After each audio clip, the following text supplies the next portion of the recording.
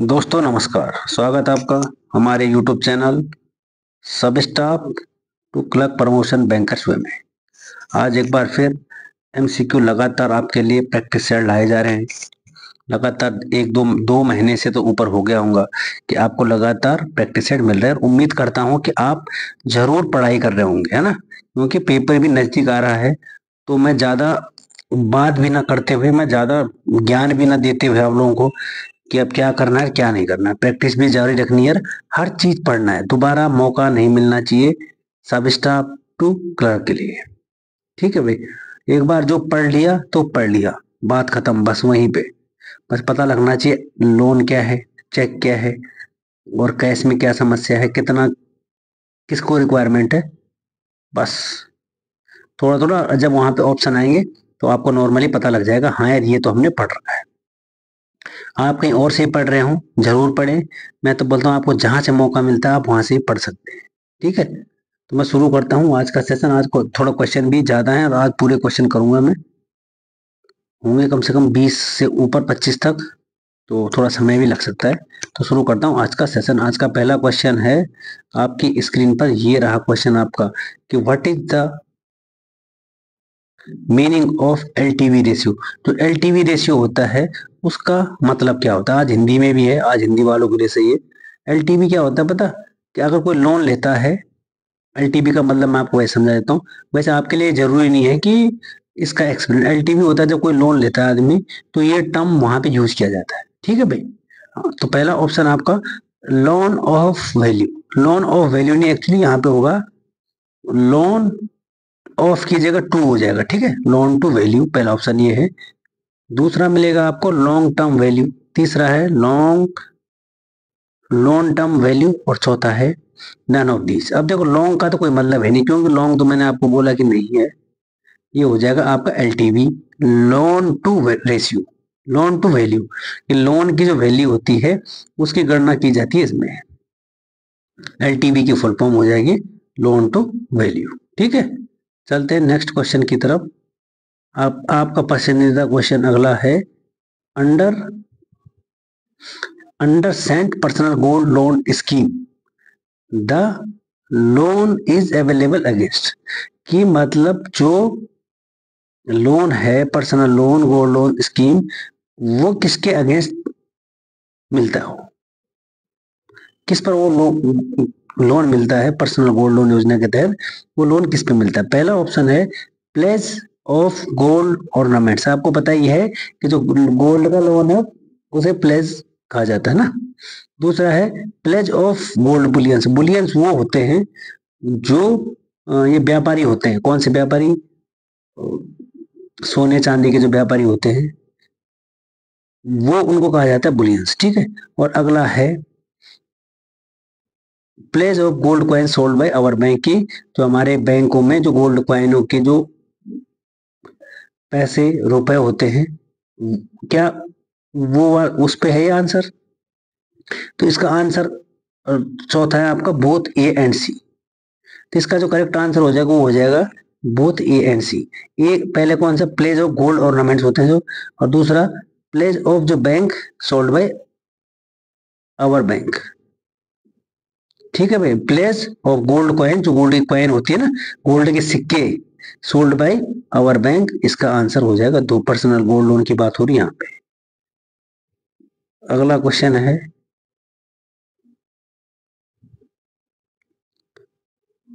A borrower is above the age dash years in case of sent vehicle loans scheme को borrowers is must।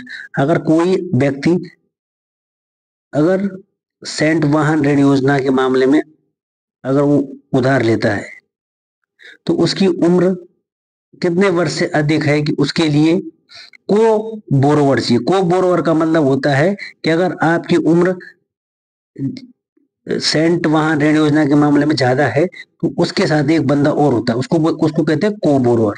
वो दो बंदे आते हैं। नहीं तो आप अगर 30 साल के हो और अगर आप कोई ऋण ले रहे हो, ये गाड़ी ले रहे हो आप, और अगर आप अकेले जाओगे सेंट व्हीकल लोन लोगे आप, तो आपको गाड़ी दे देगा। लेकिन पहले ऑप्शन बता देता हूँ, पहला ऑप्शन है 50 साल, दूसरा है 60 साल और तीसरा है 65 साल और चौथा है 70 साल। तो इसका तो करेक्ट आंसर है 60 साल। अगर आप 60 साल के हो और आप सेंट व्हीकल लोन ले रहे हो तो आपको को बोरोवर की जरूरत पड़ती है। आपको मैंने बता दिया को बोरोवर क्या होता है। एक तो आप हो उधारकर्ता, मतलब लोन लेने वाले, आपके साथ एक बंदे की और रिक्वायरमेंट होगी, तब आपको तभी ही सेंट व्हीकल लोन स्कीम आपको मिलेगी। उम्र कितनी है? 60 साल। जब आप 60 साल से ऊपर के हो। ठीक है। Next, in retail lending the due diligence should be done for.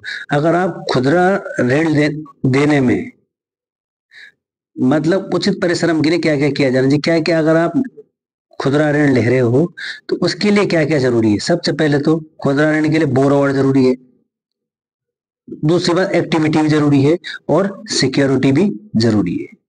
तो इसका जो करेक्ट आंसर हो जाएगा वो हो जाएगा ऑल ऑफ द अबव। आज मैं एक्सप्लेनेशन इसलिए नहीं लाया हूं, फिर मैं बोलोगे लंबा भी हो जाएगा और आपको खाली ऑप्शन की रिक्वायरमेंट है, क्योंकि ये आपके थोड़ा कम ही पल्ले पड़ेगा, इसलिए ऑप्शन के लिए लेके आऊंगा ना। और क्वेश्चन बहुत अच्छे अच्छे क्वेश्चन है इसमें। पहला अगला क्वेश्चन है, for new borrowers income tax return should be taken list for dash year. अगर आप लोन ले रहे हो, नया उधार करता हो, तो आपको कितने वर्षों का इनकम टैक्स जो आपने जमा करा रखा है उसके डॉक्यूमेंट की जरूरत होती है। अगर आप नया, जैसे आपने हाउस लोन लिया, तो आप जैसे हाउस लोन लोगे, मैनेजर के पास जाओगे, सर हमारे को लोन चाहिए, वो बोलेगा भाई एक काम करो, आप इनकम टैक्स भरते हो? हाँ, तो जो इतने साल का इनकम टैक्स जो आपने फाइल किया उसकी कॉपी लेके आओ। ठीक है, समझ गए भाई। पहला ऑप्शन है इसमें 1 साल का, दूसरा है 2 साल, तीसरा 3 साल और चौथा 4 साल का। तो इसका जो आंसर है वो होता है 3 साल। कि भाई बैंक में आपको 3 साल तक जो इनकम टैक्स आपने फाइल कर रखा है, इतने साल की आपको कॉपी वहां पे सबमिट करानी पड़ती है, तब जाके ही आपको कोई भी ऋण बोरो किया जाता है। ठीक है। नेक्स्ट क्वेश्चन है,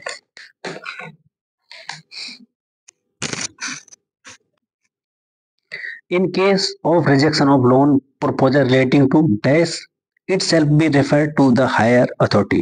कि डैश के संबंध में ऋण प्रस्तावों की अस्वीकृति मामले में इसे ऊपर तक भेजा जा सकता है। पहला है एक्सपोर्ट क्रेडिट, दूसरा है एजुकेशन लोन और तीसरा है लोन टू SC/ST बेनिफिशियरीज और चौथा है all of the above. Question समझ लीजिए क्या होता है।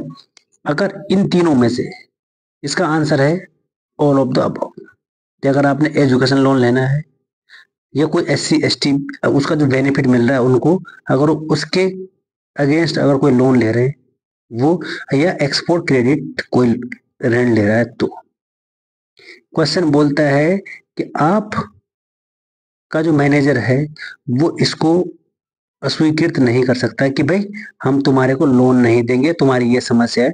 उसको हाई अथॉरिटी से परमिशन लेनी पड़ेगी। ठीक है भाई, इन लोनों के लिए कोई भी मैनेजर आपको मना नहीं कर सकता। एक तो export credit, education loan, SC/ST beneficiary, बशर्ते आपका देखो सिविल भी सही होना चाहिए ना, आपका जो सिविल है वो भी सही होना चाहिए, और आपके मतलब डॉक्यूमेंट सही हुए तो कौन मना करेगा। लेकिन बैंक में मैनेजर मना कर देते हैं, आप बोलोगे सर हमारे बैंक में तो मना कर दिया है, लेकिन थ्योरी के मुताबिक यहाँ पे कोई मना नहीं कर सकता। इसलिए मैं आपको बता रहा हूँ थ्योरी के हिसाब से कोई मना नहीं कर सकता, नहीं तो आपको ब्रांच मैनेजर आपको वैसे ही घुमा देगा। कौन कौन से लोन? एजुकेशन लोन, ST और SC का जो लोन है बेनिफिशियरी का, और एक्सपोर्ट क्रेडिट। ठीक है भाई, इसलिए आपको मैंने पहले ही बता दिया है। The limitation period of mortgage is dash years, कि जो मोर्गेज की जो सीमा अवधि हो कितने साल की है। पहला ऑप्शन है 3 साल, 10 साल, 12 साल और 5 साल। तो जो मोर्गेज की जो सीमा अवधि है वो है आपकी 12 साल। ठीक है, अब आपने बताना कि जो मोर्गेज है इसका इस्तेमाल किस में किया जाता है, मूवेबल या इमूवेबल में। और अगर नहीं किया जाता है तो आपने बताना सर इनका इसका इस्तेमाल ना मूवेबल में किया जाता है ना इमूवेबल में किया जाता है। मैं ये देखना चाहता हूँ आपको पता है या नहीं। ठीक है, तो इसका आंसर है 12 साल। नेक्स्ट,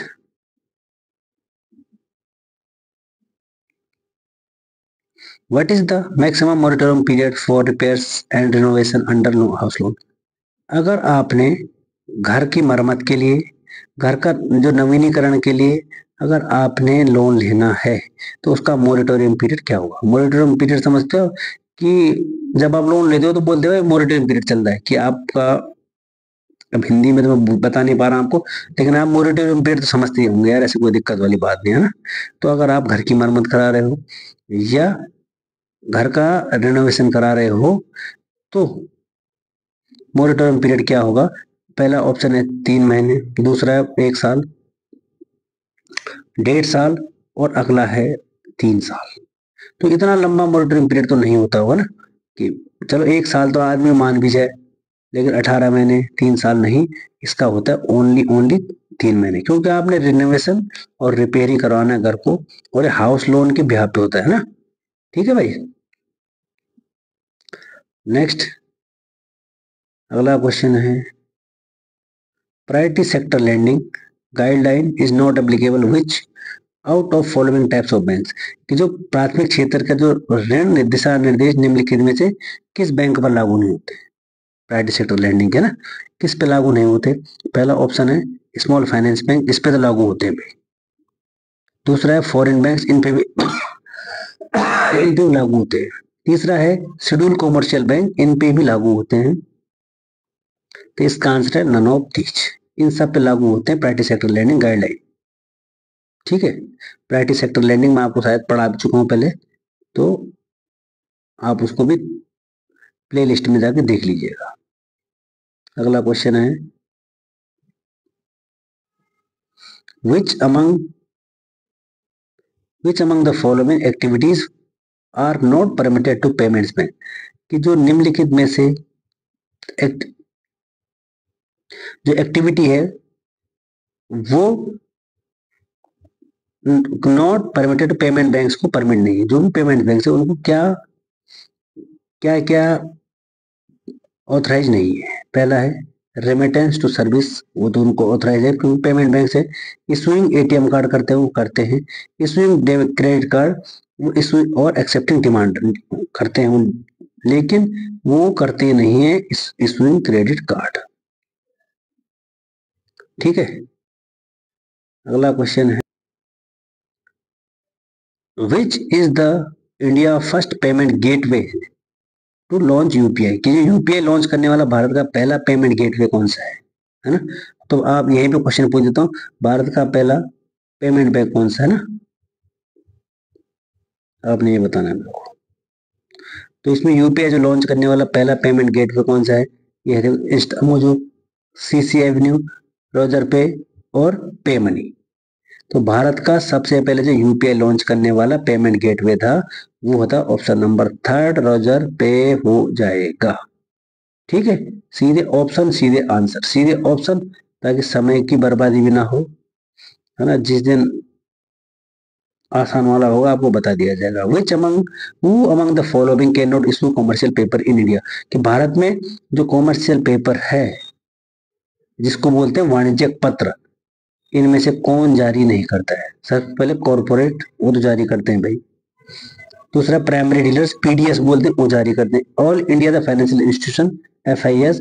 लेकिन जो शेड्यूल्स बैंक कॉमर्शियल बैंक है वो कॉमर्शियल पेपर को जारी नहीं करते हैं। करेक्ट। चले फिर आगे बढ़े। आज आपको मजा आ रहा होगा, सीधा क्वेश्चन आंसर है ना। अगला है, which among the following is not a part of liquidity adjustment facility? ये बहुत आसान क्वेश्चन है कि निम्नलिखित में से कौन तरलता संबंधी सुविधा LAF जिसको बोलते हैं liquidity adjustment facility, which among the not नहीं है ना, क्योंकि नोट भी देख, आपने नोट भी देखना है कि नहीं है। पहला ऑप्शन है देखो रेपो रेट, रेपो रेट तो लिक्विडिटी में आता है। रिवर्स रेपो रेट लिक्विडिटी में आता है। मार्जिनल स्टैंडिंग फैसिलिटी MSF भी आता है, लेकिन ओपन मार्केट ऑपरेशन OMO ये नहीं आता है लिक्विडिटी फैसिलिटी में। ठीक है भाई, चलें नेक्स्ट अगले क्वेश्चन की तरफ चलते हैं फिर। व्हाट इज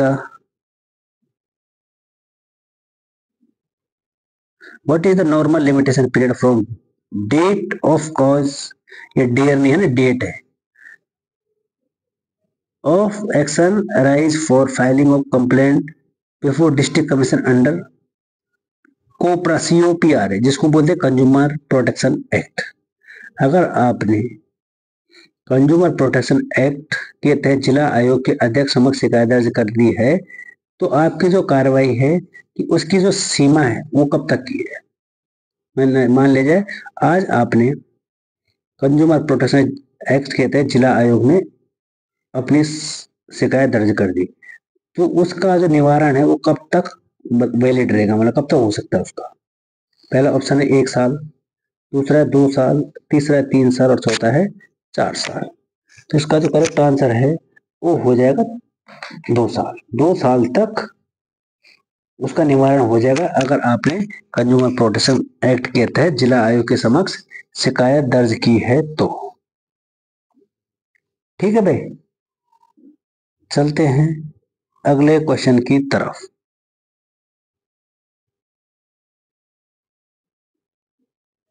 अगला क्वेश्चन क्या बोलता है जरा देखते हैं।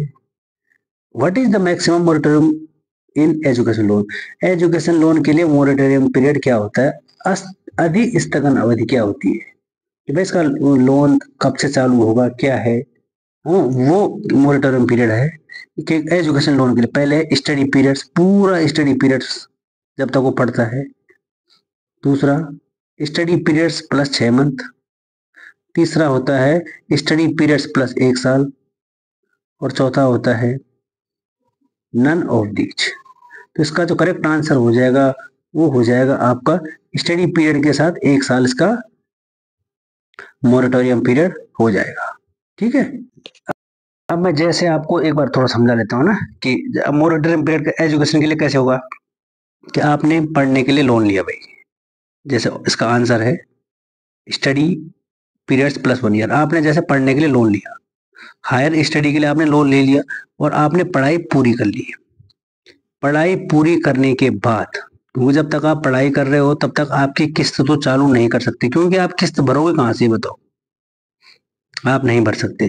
लेकिन जब आपकी पढ़ाई पूरी हो जाती है और प्लस 1 साल, क्योंकि आपको नौकरी में तो खोजनी पड़ेगी, जब आपको नौकरी मिलेगी तब पढ़ाई के 1 साल के बाद आपकी किस्त चालू हो जाती है, उसको बोलते हैं मोरेटोरियम पीरियड। अब समझ में आ गया, तो चले फिर आगे की तरफ, अगले क्वेश्चन की तरफ। Who monitors the prime minister मुद्रा योजना। प्राइम मिनिस्टर मुद्रा योजना को कौन निगरानी रखता है प्रधानमंत्री मुद्रा योजना का। पहला ऑप्शन है मिनिस्ट्री ऑफ फाइनेंस, वित्त मंत्रालय। अगला ऑप्शन है मिनिस्ट्री ऑफ सोशल एम्पावरमेंट। तीसरा है ministry of skill entrepreneur development. और चौथा है नन ऑफ दीज। जो मुद्रा योजना है उसको रखती है फाइनेंस मिनिस्टर। ठीक है, प्रधानमंत्री मुद्रा योजना को जो मॉनिटर करता है वो करता है मिनिस्ट्री ऑफ फाइनेंस यानी वित्त मंत्रालय। अगला क्वेश्चन हो जाएगा आपकी स्क्रीन पर ये कि the liability of banks in issuing bank guarantee issued by, कि जो लायबिलिटीज होती है वो बैंक के द्वारा गारंटी जारी करने पर किसको इशू की जाती है, वो कौन सी लायबिलिटी है जो बैंक के द्वारा गारंटी जारी करने पर की जाती है, वो लायबिलिटी कौन सी है। पहले होती है करंट लायबिलिटी, नहीं जी करंट लायबिलिटी तो नहीं है। दूसरा लॉन्ग टर्म लायबिलिटी, तीसरा है कॉन्टिजेंट लायबिलिटी और चौथा है नन ऑफ दीज। इसका आंसर हो जाएगा कॉन्टिजेंट लायबिलिटी। अब कई लोग बोलेंगे सर कॉन्टिजेंट क्या होता है। इसका मतलब होता है कॉन्टिजेंट लायबिलिटी का मतलब होता है कि आकस्मिक, कि भविष्य में इसका कोई निश्चित नहीं है, इसकी लायबिलिटी कोई निश्चित नहीं है। जैसे करंट का है, आपको पता है करंट का तो अभी है, लॉन्ग टर्म का कि लंबे समय का है। लेकिन कॉन्टिजेंट का होता है कि आकस्मिक, इसका कोई निश्चित नहीं है भाई कि ये कभी भी भविष्य में इसको इसको करे ना करे। इसको कहते हैं कॉन्टिजेंट लायबिलिटी। ठीक है, next, to be eligible for financing under प्रधानमंत्री environment guarantee program annual family income, कि अगर कोई भी व्यक्ति, कोई भी कस्टमर प्रधानमंत्री एम्प्लॉयमेंट गारंटी प्रोग्राम के तहत अगर कोई व्यक्ति लोन ले रहा है तो उसके जो घर में है कितने तक की आय होनी चाहिए, तब जाके वो प्रधानमंत्री एम्प्लॉयमेंट गारंटी प्रोग्राम के तहत लोन ले सकता है। पहला ऑप्शन है 3 लाख तक का, दूसरा है 6 लाख तक का, तीसरा है नो इनकम क्राइटेरिया और चौथा है नन ऑफ दीज।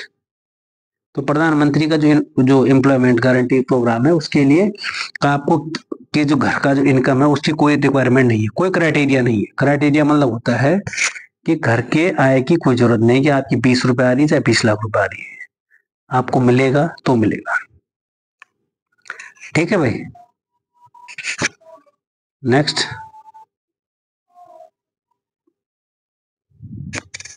अगला क्वेश्चन है स्वच्छ भारत मिशन ग्रामीण एरिया इज मॉनिटर बाय, कि भारत में जो ग्रामीण क्षेत्र है उसमें जो स्वच्छ भारत मिशन है उसको कौन मॉनिटर रखता है, उस पर कौन निगरानी करता है ग्रामीण क्षेत्र में। ठीक है, पहला ऑप्शन है मिनिस्ट्री ऑफ हेल्थ, स्वास्थ्य मंत्री। दूसरा है मिनिस्ट्री ऑफ सोशल एम्पावरमेंट, सामाजिक मंत्री होता है जो।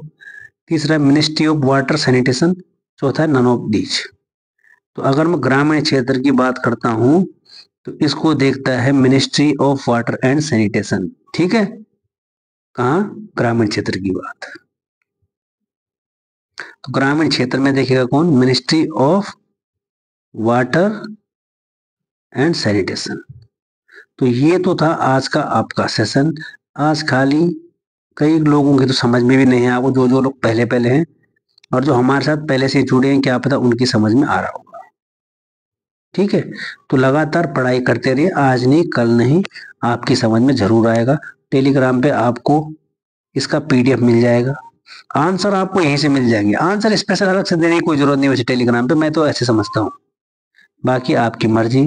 क्लास अगर आपको सही लगी है तो चैनल को लाइक, शेयर और सब्सक्राइब जरूर करें।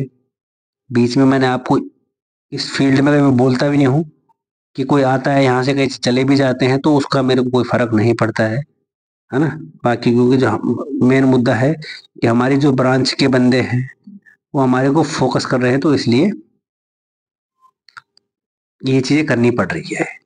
ठीक है, तो हमारे को बंदे आंसर भी देते हैं, जो हम पूछते हैं उनका करेक्ट आंसर, कई बंदे तो इतना अच्छा आंसर देते हैं, मैं बताऊं अगर उनकी किस्मत सही रही तो उनको दुनिया की कोई भी ताकत नहीं है जो